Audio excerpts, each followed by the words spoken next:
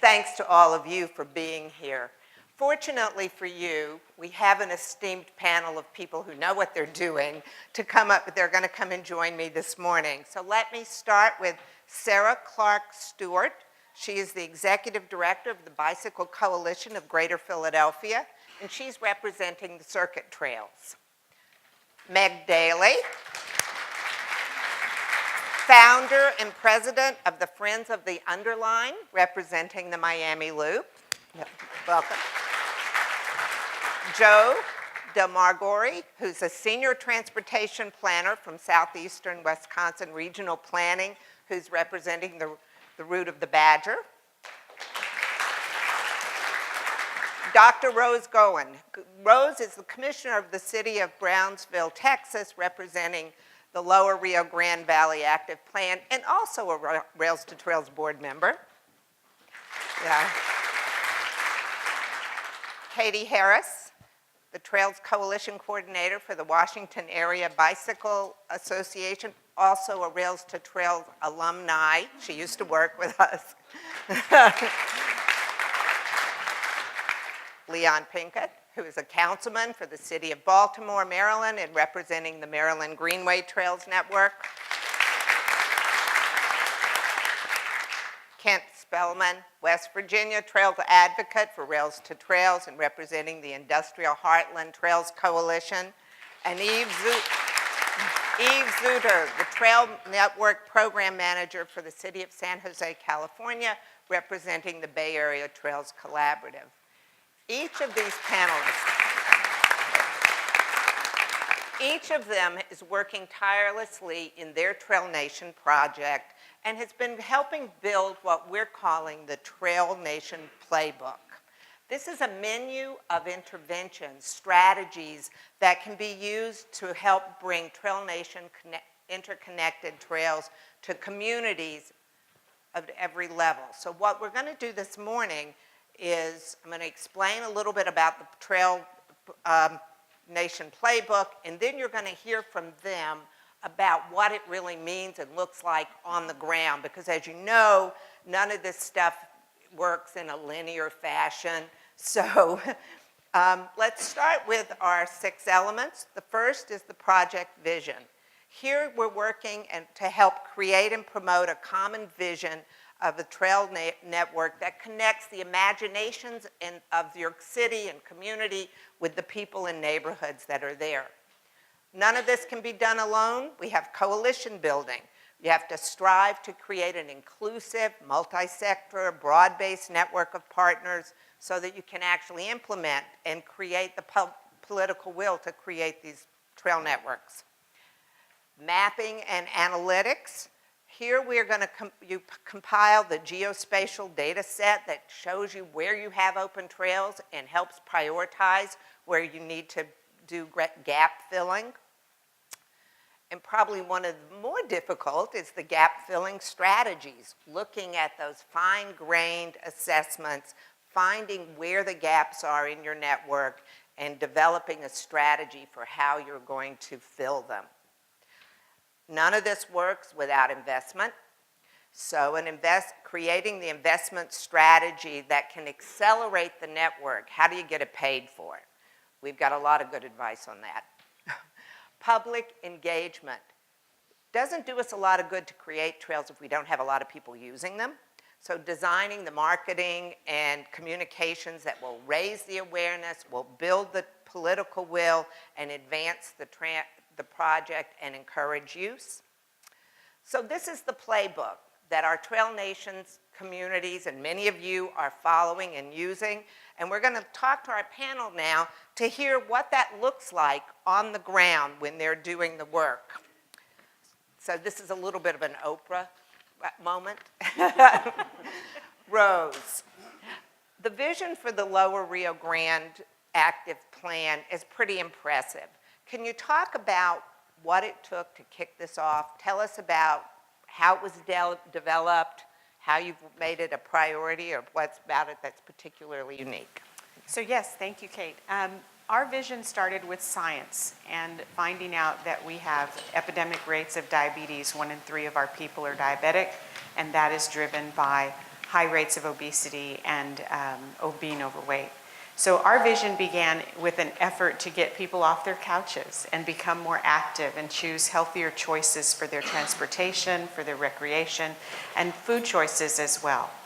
With that, we looked to our city partners around us in the county, and 11 cities partnered with us to talk about mechanisms to increase access to healthy food and increased activity. And that formed our coalition. So our vision began in science and the public health efforts to reduce rates of diabetes. Great.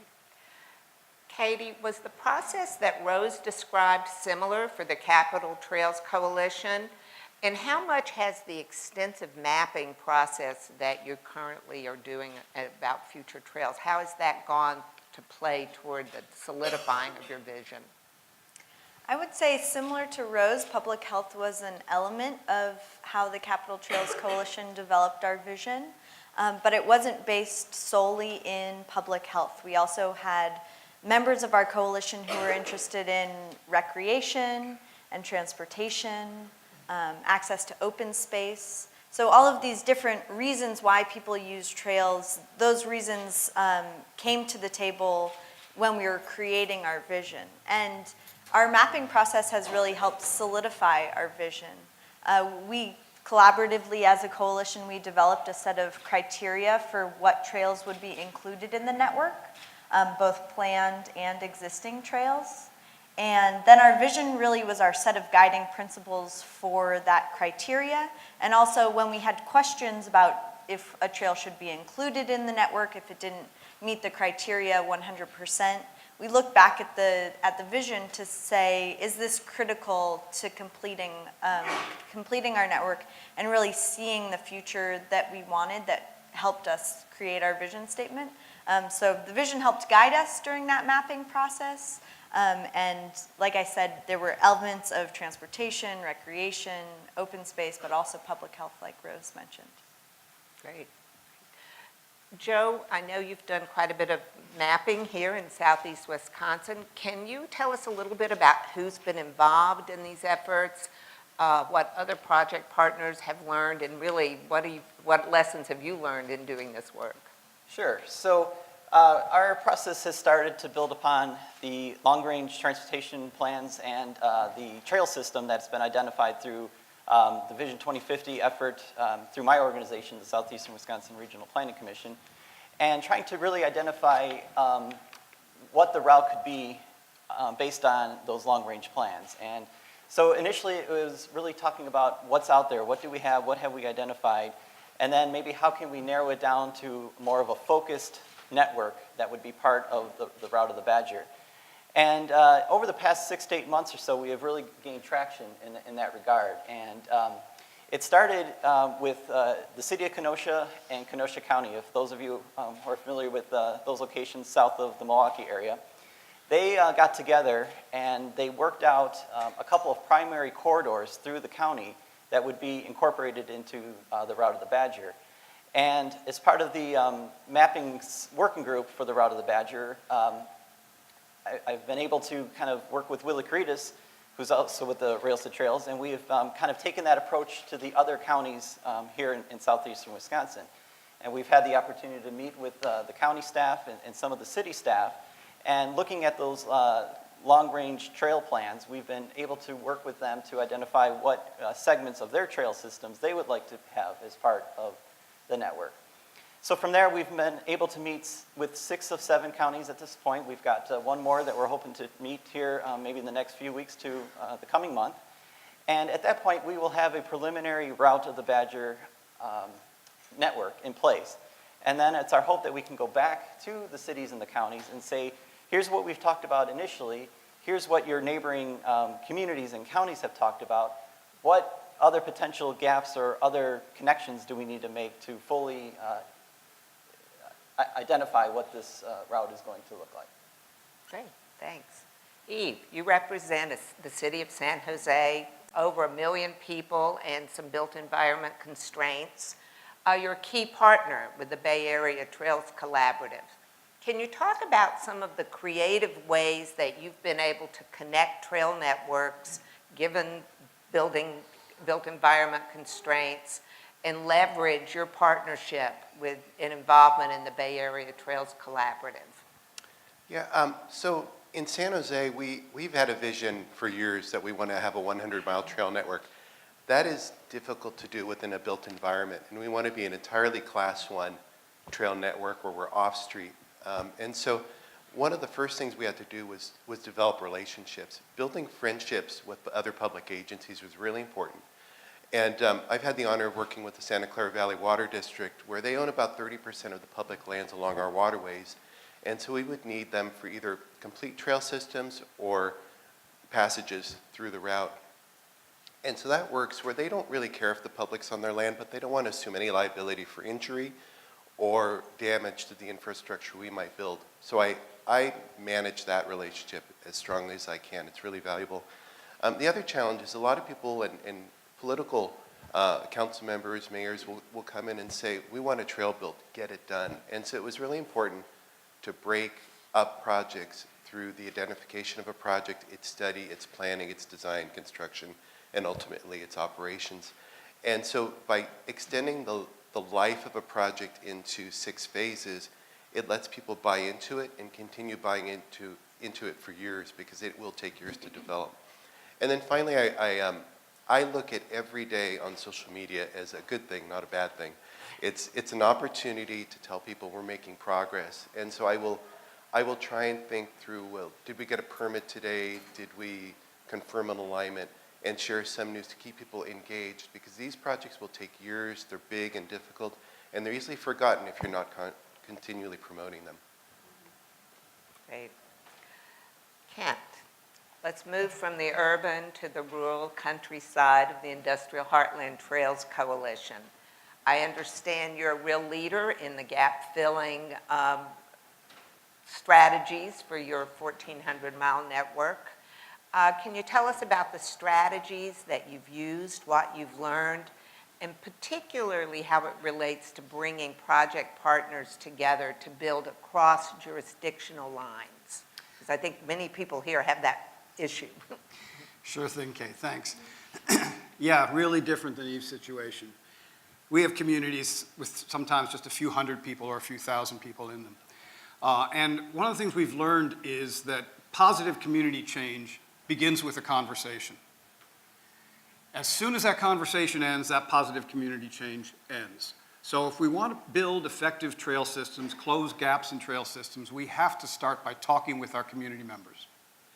We also have to build teams within those communities. Teams that are not just traditional leaders, but a mix of traditional leaders and non-traditional leaders who can come together, represent various sectors of that community, and work together and get excited about what the trails can mean to them. We also have to look at other types of leaders in the community. We have communities of place that will be working on closing those gaps, but we also need to develop communities of interest. Technical assistance providers who can help those communities move forward once they've created a vision.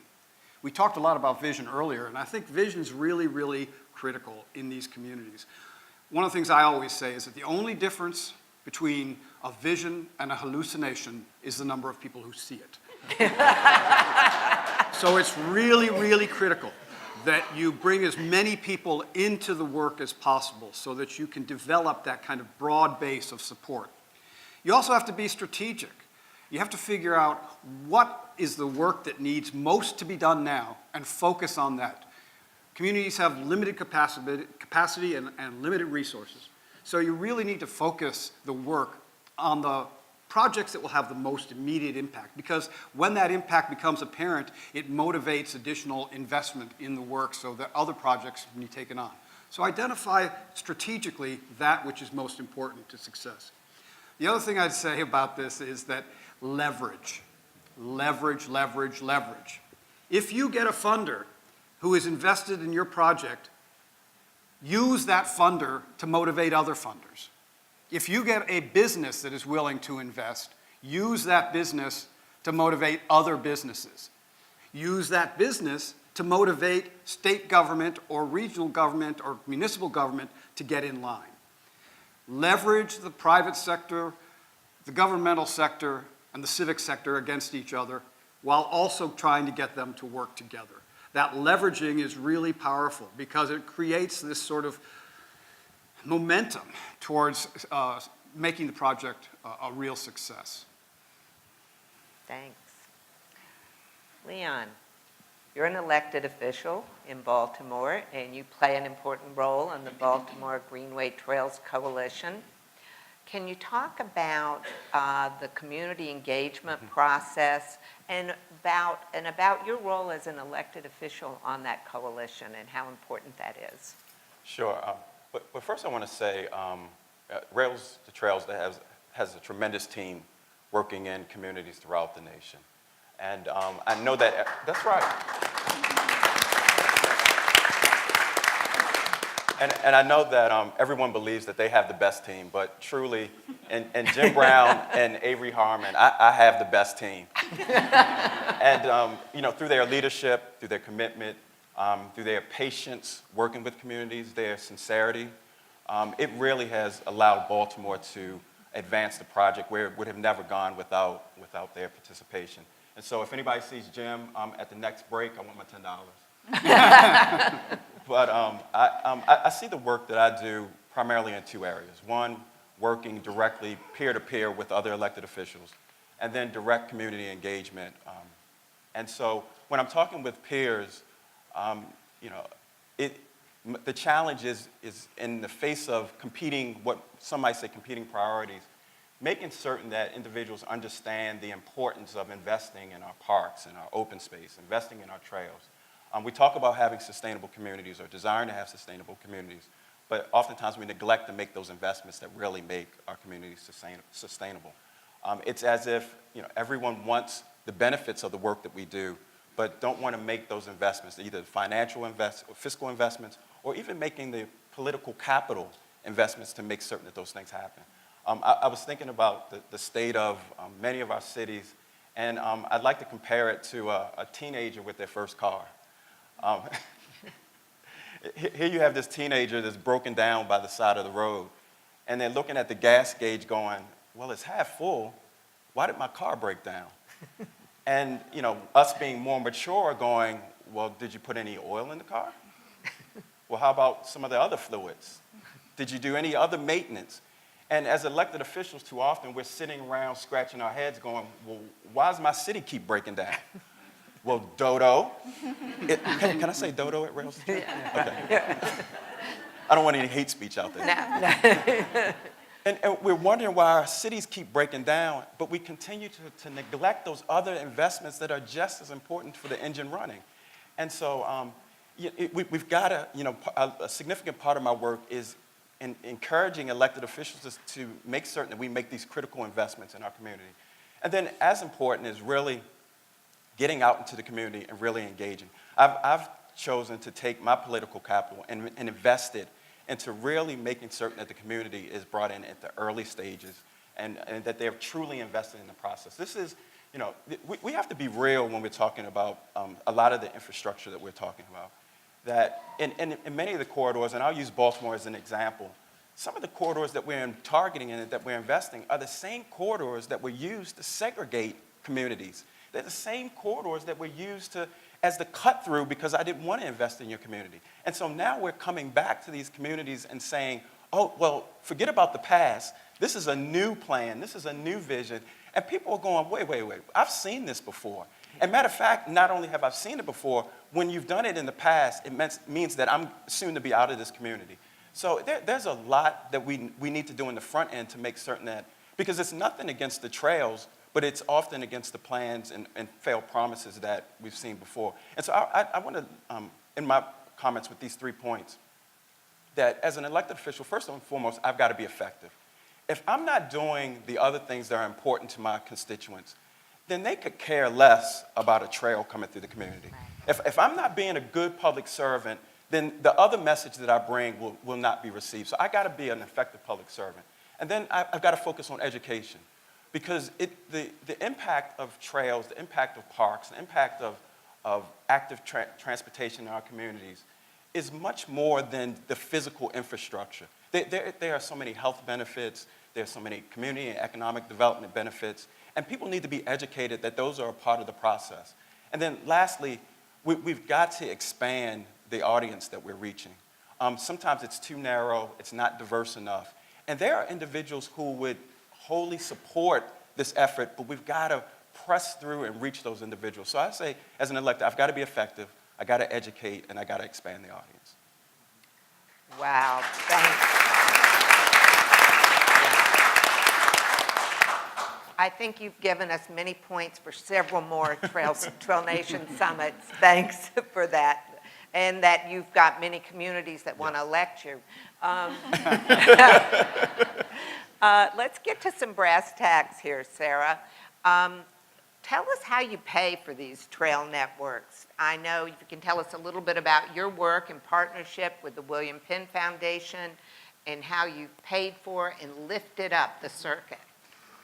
Great. So Kent actually stole my thunder a little bit, because the secret to building out a trail network is to leverage. And what we were very blessed with in the greater Philadelphia region, which is Philadelphia, Camden, and the 8 counties surrounding Philadelphia, is that we've had this very unique relationship with the William Penn Foundation, which is a very unique and wonderful philanthropy.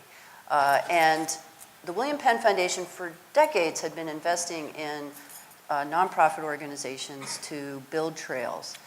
And so they laid that foundation during the 60s, 70s, 80s, 90s. Then we had this incredible opportunity to to have a catalytic project.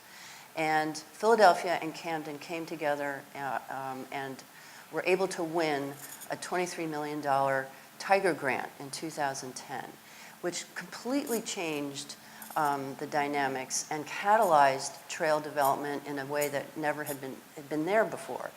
And so we were able to leverage on all that past investment, build upon the 250 miles that existed in 2010, add to it, but also then leverage that with much more state and federal money that we wanted to gain access to.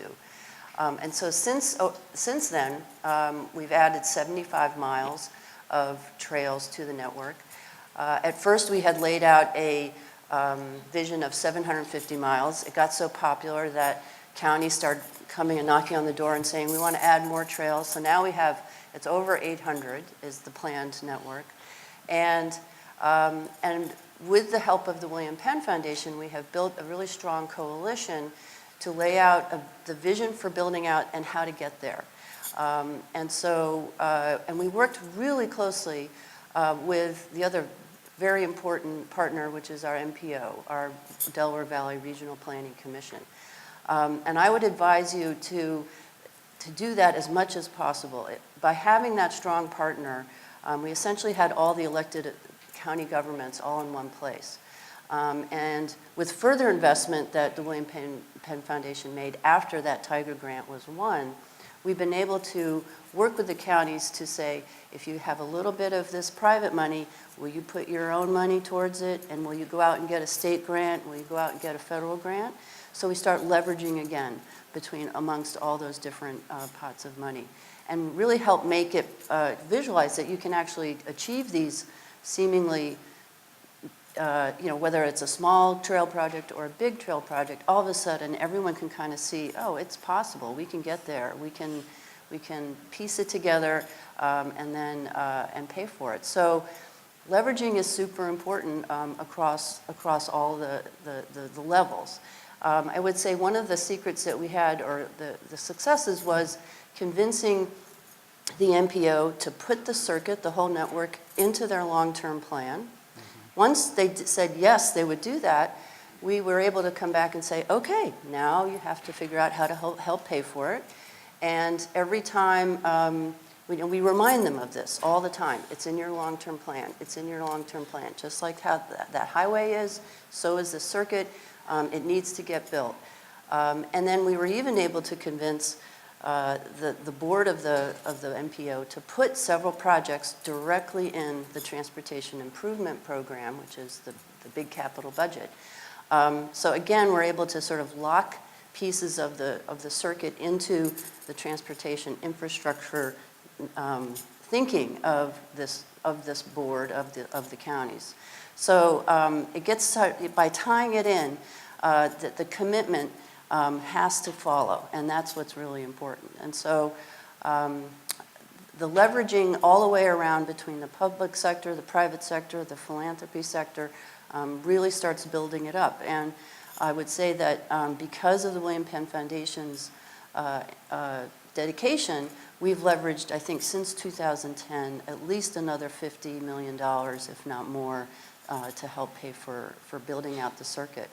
And I just think that that's, we're fortunate. I know that not every region has a William Penn Foundation. I wish you did. We feel very, very blessed. But I guess I would just wrap it up by saying that bringing everyone together, whether it's the public sector, the philanthropy sector, and the public in general, is just trying to make sure everyone has everyone has goals that they have in mind, whether it's accessing watersheds, protecting water quality, adding recreation, public spaces, whether it's creating commuting corridors. Everyone has a goal, and if you have something that everyone can say, yes, that's going to help me get there, that's what the circuit's been able to do for the greater Philadelphia region.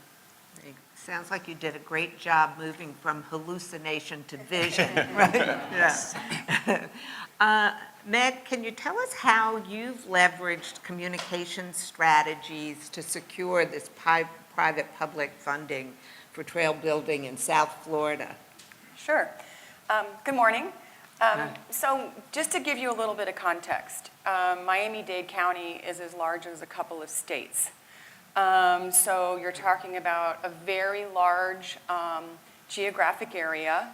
Everybody has their own agenda. There's limited public transportation. And so you have to sort of say, when you're talking about trails, are you talking about trails or are you talking about transforming a community? What I found early on is that what we've been talking about, public health, active transportation, we haven't talked about return on investment, economic returns for trail programs. But what I found very early on is the big problem in Miami-Dade County, in fact, in all of the state of Florida, is we're one of the most dangerous places to walk and bike in the country. So, what we found is, and I'm going to describe what the Miami Loop is very quickly. The work that I've been promoting is called the Underline. It's a 10-mile linear park urban trail and living art destination below Metro Rail. And Metro Rail is our elevated train. The Underline connects through 8 transit stations, so our entire 10-mile corridor is actually a first and last mile connection. We connect on the southern end to another project called Ludlam Trail, which is in a different life cycle, which is going through land acquisition. The Underline is wholly owned by Miami-Dade County, so we don't have land acquisition. Every dollar we raise goes to construction of our future trail. And then on the northern end, it creates sort of this triangle, is a greenway that runs along the Miami River, which has been in the works for probably approaching 20 years, and the challenge with that one is gap filling. So the work with the Underline has been exciting, I think, for the community because we took the idea to the people very early. We went through 6 public meetings, and everything that we have in our vision has been demanded by the community. So if somebody says, why do you have 2 trails separated? It's because people said they wanted it. If you say, why do you have only native vegetation? It's because people said they wanted it. Oh, why do you have a dog park there? Because someone demanded it. And so I think that really got people excited. I'm a marketer by background. I've never had to lead a project that has to be for people from 8 to 80 years old, that is for everyone, that's so kids can bike to school safely, so that people with disabilities can use a facility, that moms and strollers can be safe on this corridor. And so what we did first is, instead of talking about the thing, we made it more of this very aspirational vision, and we packaged it. We went through an early exercise, which was me texting all of my friends, what do you think we should call it? It was unscientific, I had a deadline. We came up with a name called the Green Link. And that was sort of our working title until my daughter started dating a guy who worked with Pentagram, one of the leading branding organizations in the world, and he sat me down and told me all the reasons why the name was terrible. And he came up with the name The Underline. And I got a little possessive about the Green Link because my daughter-in-law had actually designed the logo and took it to some of our funders, and they're like, wow, The Underline's a great name. So, okay, fine. Throw it all out, start over, came up with the name The Underline, and took it out to the community. And for 4 years, people really believe there is an underline.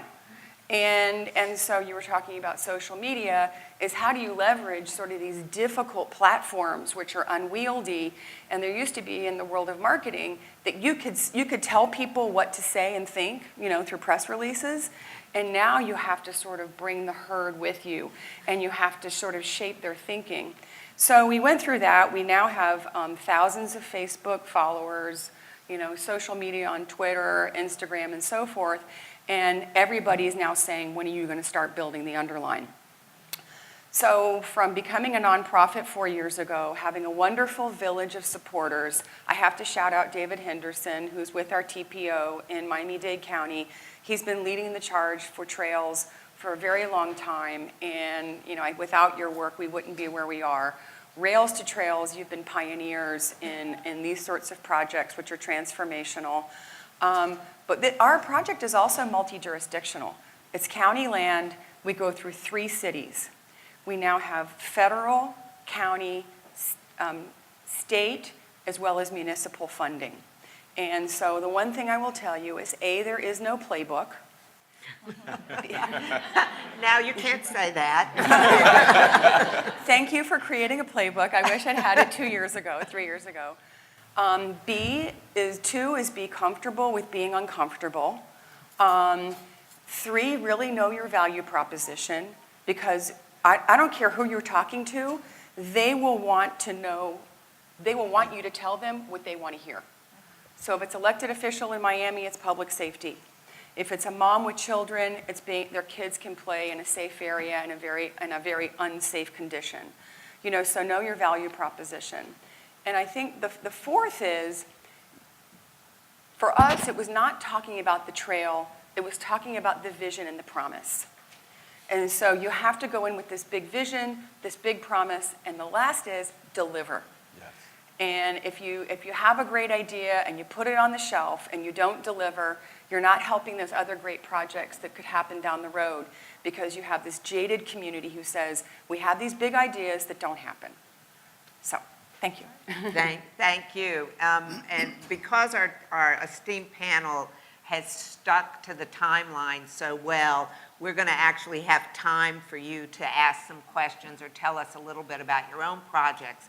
But before we do that, and I think there are some mics for folks before we do that, I just want to ask each person to give us a piece of advice, give us a sage advice, something you wish you had known when you started that you would tell people that pay attention to this, or this would be helpful. And I'm just going to start down there, even we'll just go down the line here. Yeah, I think what's only become apparent to me after working in this field for about 15 years is that it's easy to look at the scope of our projects as big on their own. And by working with the San Francisco Bay Area Trail Collaborative, I realized there's so many advantages to collaborating and making friends across boundaries. There's really no circumstance where folks up in the North Bay and Napa are going to help me build a San Jose trail, but there are opportunities for me to brand my trail in relationship to that experience, projects in the East Bay or in San Francisco. There's the opportunity to meet with people like myself who work on these projects all the time and figure out where we have commonalities, where we can just work collectively to get something done, so we're not all doing it independently. So I think it's really important to reach out to people in the community, but reach out within our own communities of trail development to find those friends and relationships. Thanks. Think like an entrepreneur. You know, when I started work on rail trails more than 30 years ago, I thought it was transactional. You buy the corridor and you build it out. It's not that simple. To be successful, you have to think truly like a transactional entrepreneur, but also as a social and civic entrepreneur. And you have to prepare as an entrepreneur would. You see the opportunity out there. Prepare for it. Put together a plan. The resources may not be there at that time, but the fact that you as an entrepreneur put together a plan for moving forward prepares you. Do not underestimate the importance of luck and timing in this work. If luck and timing comes together and you don't have your plan in place, you're going to miss that opportunity. But if that plan is in place when that luck and timing happens upon you, amazing things can happen. So as an entrepreneur, develop that plan, have it in place, and be prepared for luck and timing to drop into your lap. So I don't know if this is something that I wish I knew in advance, but it's definitely a challenge that I'd like to make to the group. Let me say this first. I am not a planner. There are too many planners in this room for me to even pretend that I'm a planner. But I did read of a concept that Frederick Olmsted had, or championed, called the genius of place. And in the concept, it talks about taking advantage of unique characteristics of an environment, that nature, there's some genius in nature. And so if Homestead stopped at that, I think that would be sufficient. We all would see the benefit of it. But he went a little bit further. He said not only take advantage of the unique characteristics, he also said take advantage of what appears to be a disadvantage. And oftentimes when we are trying to move these projects forward, there are things that have nothing to do with our work that appear to be a disadvantage either to the community, to the constituents that we're trying to reach. And I challenge the group to not run away from those things that look like disadvantage, but there's a unique window for us to enter a space that maybe no one thought that trails would even be a part of the conversation. So there's some equity things that we can do. There's some investing that we can do in communities that hasn't happened before, but the work that we do can be the entree to addressing some of those issues. Thanks. Katie? I would say one piece of advice that I did receive before jumping into this big network building is to take time at the beginning to build trust, and that will pay off down the road. So even though it may seem like it's slowing things down or it's unnecessary to some people, building that trust early on and really doing some deep listening and patient listening and building those relationships is going to be one of the biggest things to help you. And I was really thankful for that advice. And one piece of advice that I wish I would have received is that there will be a lot of little mini wins along the way, and you should be ready to celebrate those wins and not just have them pass by. Thanks. So I would have two things to say. One is that planning is an art, and my hat's off to all of the planners out there. But there's a sweet spot there. If you plan too far or too long, you come up with more reasons not to do something than reasons to do something. So you have to find that sweet spot in your community. How much is too much? And make sure that you put something on the ground, as has already been said, because those little wins, those little pieces that you can do along the way will give you the momentum to go to the next piece. And the second is that as you're doing that planning, remember to include all of the community. And if you plan for the least privileged among us, then you won't miss anything and everyone will be included. And then the least fortunate among us become your partners and your champions, just like the entrepreneurs in the community. So those are my two pieces of wisdom. I would say commitment and patience, of course, with the process. Here in Milwaukee and the surrounding area with the Route of the Badger, it took a little while for us to get going, trying to really understand what this process was going to be and how does it relate with the long-range planning processes that we already had in place. But as I referenced in my question and answer, it really took just that one county-city connection to identify some primary corridors, and that really got the process going. It kind of built the momentum for the other counties to build upon and to help drive that process. So it's really just commitment and patience and waiting for those opportunities to present themselves. So I did get some advice early on from my dad. He said, you know, if you have a big idea and you want to get it done in Miami, there's really no barriers for entry. The bad news is you'll have to do it by yourself. And I'm like, oh, that I feel terrible right now.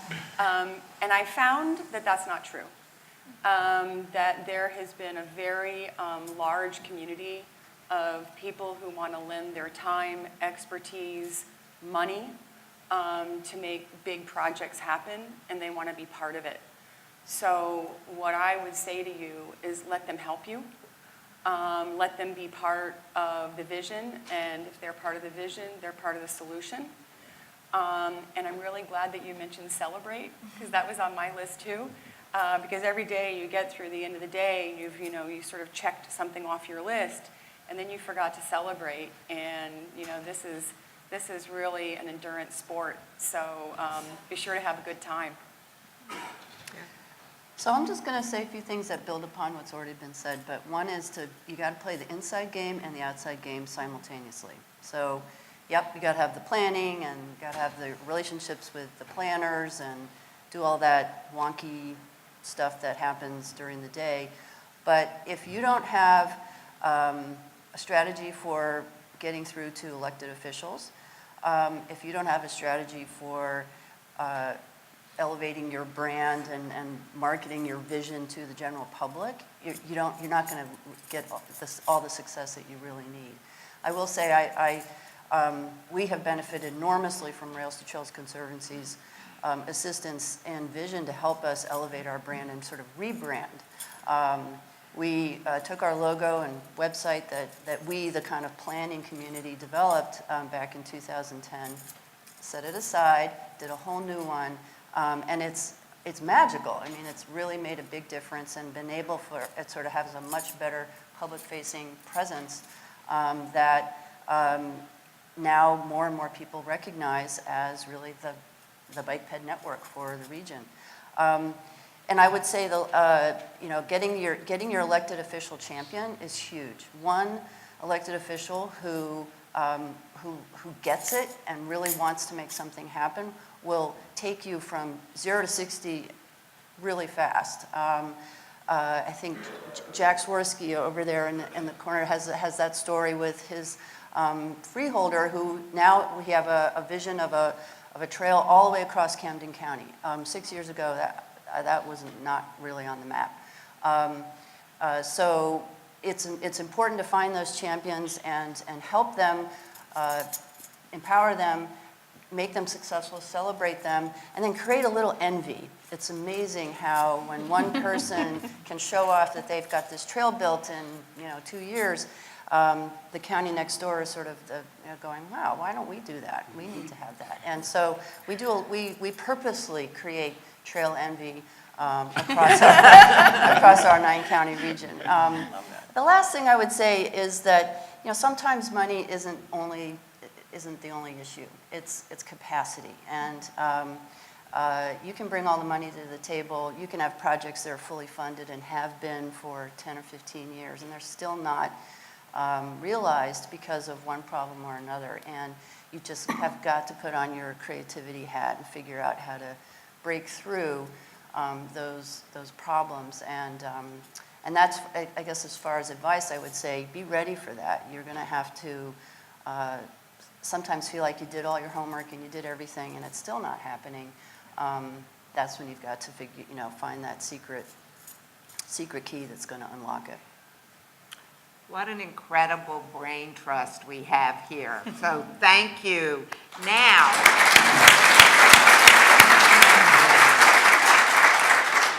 Now we've got a little bit of time to hear from you, to take your questions, hear about your project, and I believe we've got a microphone that we can, all right, there. All right. Wow, thank you. Fabulous advice. My name is Lisa Schroeder. I'm very honored to be here as part of the Baltimore delegation. Trail envy here. You have covered so much terrain and appropriately stressed the importance of delivery. I'm wondering if you can give us advice, council experience on how to structure actual delivery. The receipt of funds, the construction itself, the capabilities that are needed to take it from all of those layers that you've described to actually getting it into the ground and getting it done. And wondering what your experience is with public instruments, with private instruments, with NGOs, et cetera. Anyone want to, okay, take it. I guess I'll just say I think it's really important to engage your technical professionals. We work with our Public Works Department from day one as we start just thinking about a project. They're in there, and so that we problem solving from the very beginning, and we're not getting a project that's fully baked with community input and then dumping it on someone to kind of figure out. So it's start early is my advice on that. Others? Yeah. So in Miami, the community was so excited and the elected officials were so excited that we got construction funding before we had plans. And so that's a really unusual challenge. And so we had to let them know that we're getting there, but we have to go through this public process and design. And literally, our first phase of the Underline is fully designed, permitted, and will begin construction this fall. And we did all that in less than a year and a half. And the county will be building. So all these large amounts of dollars, we have up to $70 million now committed for the project. We did that within a few years. The county had to accelerate its process because a lot of the funding is time-stamped. And so it created this really incredible sense of urgency, and it showed, you talked about entrepreneurial spirit and creativity within government is really a beautiful thing to see in front of your eyes. And it forced everyone to come together and find a solution, because otherwise you would lose the funds. So having a timestamp creates a sense of urgency and helps it get finished. Yeah, I would add that I think we have to stop thinking in terms of big strategic plans and transition our planning to a more condensed time frame and think of it as a work plan, not as a strategic plan. Strategic plans too often end up being big wish lists of things we wanted to get done. Make it a work plan that's very specific with clear objectives, clear activities that will lead to achieving those objectives. Make sure that there's names attached to it, and not an organizational name, but an individual name. Don't just say the Chamber of Commerce or whatever. Name the person in the chamber who is going to be held accountable for getting this done. And as we said, put a timeline on that. It's really, I think, really important. RTC, with the Parkersburg to Pittsburgh corridor of IHTC, just finished a feasibility study and released that in late April. Here we are a little over a month later, and we are already seeing remarkable things happen. What's happening is the local community teams are taking the pieces of that feasibility study that apply to them, and they're doing just that. They are creating a work plan with their team, assigning each activity in that feasibility study to somebody who is a part of that task team. That's how things get done. And the team concept is important because you hold each other accountable. The other thing I'd recommend is that you go public. That if you have a plan for creating a trail and you really go public in a big way, all of a sudden the entire community is watching you and holding you accountable to accomplish what you said you're going to accomplish. My piece would be what was echoed already, is that you need an elected official. You need an elected official to be that fly on the wall, that gnat in your ear that just won't go away, and makes all of those departments accountable so that things happen much more quickly. And even though you put a timestamp, even though you identify someone that's responsible, there still has to be that overriding person or people that are going to keep driving and keep saying, okay, what about that timestamp? What about this? And it's great if you have an elected official in that role, because it's very hard to dismiss the elected official in that capacity. And can I say, I enjoy being that gnat. Me too.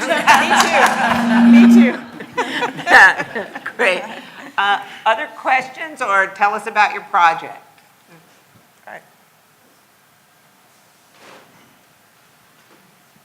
Hi, I'm George Brannion from the District of Columbia's Department of Transportation. I'm not the Trails Planner, but I'm representing the Active Transportation team.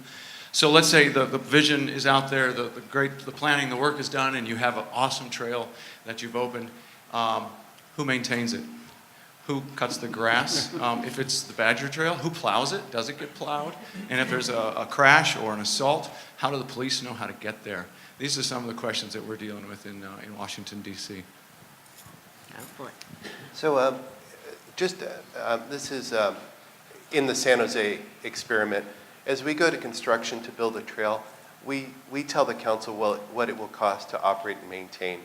And that includes the cost for all delivery of services on an annual basis and the addition of rangers to monitor.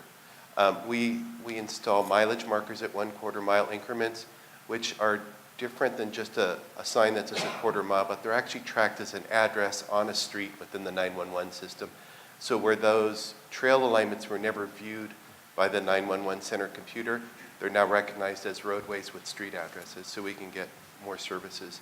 So it's not easy to do, but you have to, at those critical junctions in a project, be telling people, it's not just the ribbon cutting, you need to deal with it, and there's a cost, and you make it very clear and apparent before you break ground, so no one feels like they've been fooled.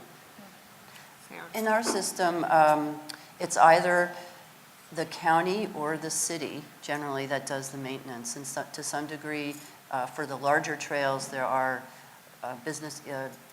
nonprofit corporations, but they only do part of the maintenance. It's the city that comes and does the hardcore, collect garbage, et cetera. So they have to be, the operators of the trail have to be part of the process all from the beginning. Otherwise, it's just never going to work. I think maintenance can be thrown up by opponents as the problem, and therefore, it's impossible to overcome, therefore it's going to be so much more money we can't do it. That's a trope. I don't think that's, it's very, yes, maintenance is real, but it's not so expensive that you can't do it. You just have to be creative about it. And for example, on the mile markers that we have on the Schuylkill River Trail are stickers placed on light poles. Great. It's not a new sign system. It's all plugged in for the 911. And now anyone who is, runs into a problem can see a sticker very close by, call 911, and have someone there quickly. So there are ways to do this without breaking the bank. I'm sorry. I was just going to say one opportunity for like snow plowing is trail counts. Those can certainly help to kind of prioritize maybe segments of the trail that are heavily used, and if you can't necessarily plow everything, at least you can get some of those key segments taken care of. I know Milwaukee County looked into that late last year in preparation for the winter season, and then they put together a map that they published on their website to indicate the various segments that would be plowed within 48 hours of a snow event. Our fire department got involved, and the ambulances now have bike racks on them so that the EMS people can get on the bike, off the ambulance, get on their bike, and go to the injured person on the trail and carry like a litter behind them where the injured person could be put. And the bike rack then also serves to be able to put the injured person's bike on the ambulance and take it all back to the emergency room. So your fire department can help as well. Okay. I think we have time for one more question. Yeah, I mean, clearly the devil is in the details, and you're giving us right. Hi, I'm Christy Drake. I'm with Billings TrailNet in Billings, Montana. And we have a trail that's very similar, it sounds like, to the Underline. Our planning department did a study, a corridor study, and found that there was sufficient right-of-way a couple of years ago along this beautiful section of the rims, the Billings rims. And so then we have these partnerships with MDT and the City of Billings and the planning and the Parks and Rec to maintain it. So all of that is great. The City of Billings has applied for several grants and hasn't received any from the transportation alternatives. So really with Billings TrailNet, what we're trying to do is just make this project happen, and we're the kind of the foundation for it. So my question is, how do you approach the fundraising part?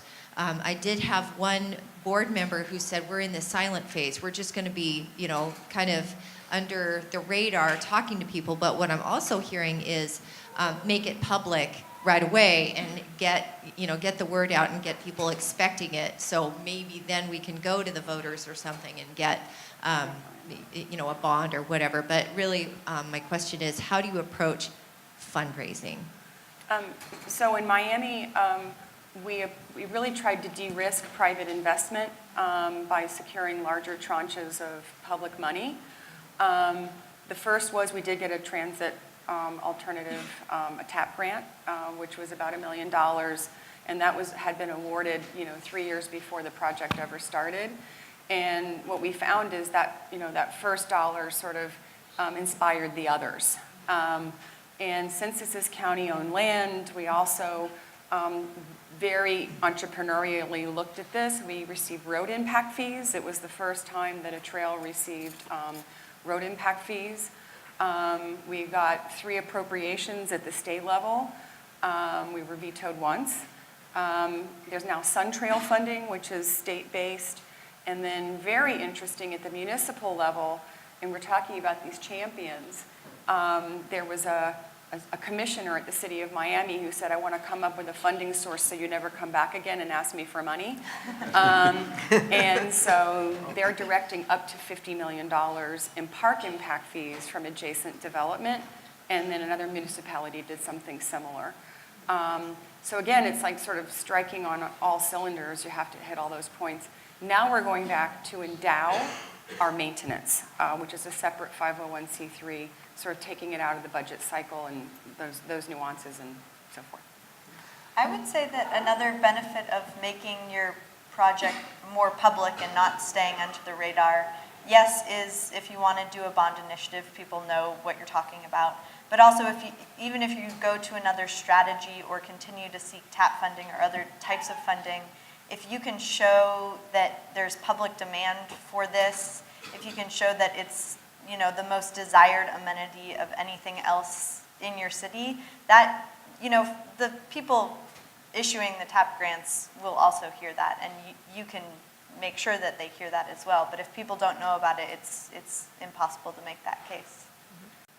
I think this is the power of these networks we're talking about, where often you can get a project planned and get it in the works. And if someone says, what happened to it, you don't want to say, well, the council didn't approve funding, because there's a lot of priorities and there's a lot of good reasons. But what you can do is leverage the broader groups. Like in the Bay Area, I could say to our own internal council mayor, we really need to get this project done, or we become the gap within the whole regional San Francisco Bay Area system. So you use a little bit of peer pressure and The trail envy, trail shaming. yeah, exactly. So there's no perfect answer, but you do need to tackle it from a lot of different avenues. Yeah. And I would say, lastly, just be incredibly persistent with your applications. And TAP is great, but it's not the only source of funding. If it's a transportation trail, like if it can serve a commuting purpose, it's technically eligible for any kind of highway road transportation funds. So you need that champion, whether it's your mayor or your county official, to keep pounding the table and saying, I want this funded, figure out how to do it. And then people will figure out how to do it. Yeah, and I'd just add that it is a multi approach. There is no simple answer, but you should look at them all. So the one-on-one conversations are critical. It's really hard for somebody to say to you when you're in a one-on-one conversation that they don't want to support what you're asking them to support. Look at organizational approaches. So develop a speakers bureau that gets out into the various organizations in your community to start getting that message into each and every one of them. And then look at policy.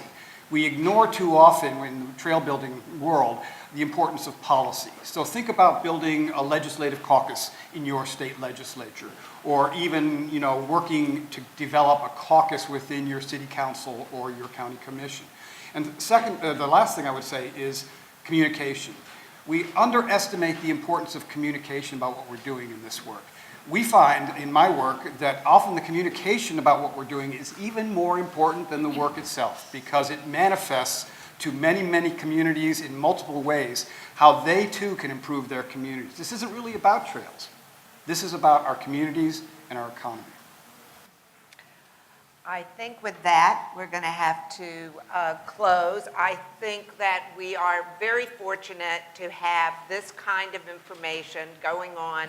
And this is only the beginning. Remember, we're the opening panel. You've got like a lot of time ahead of you.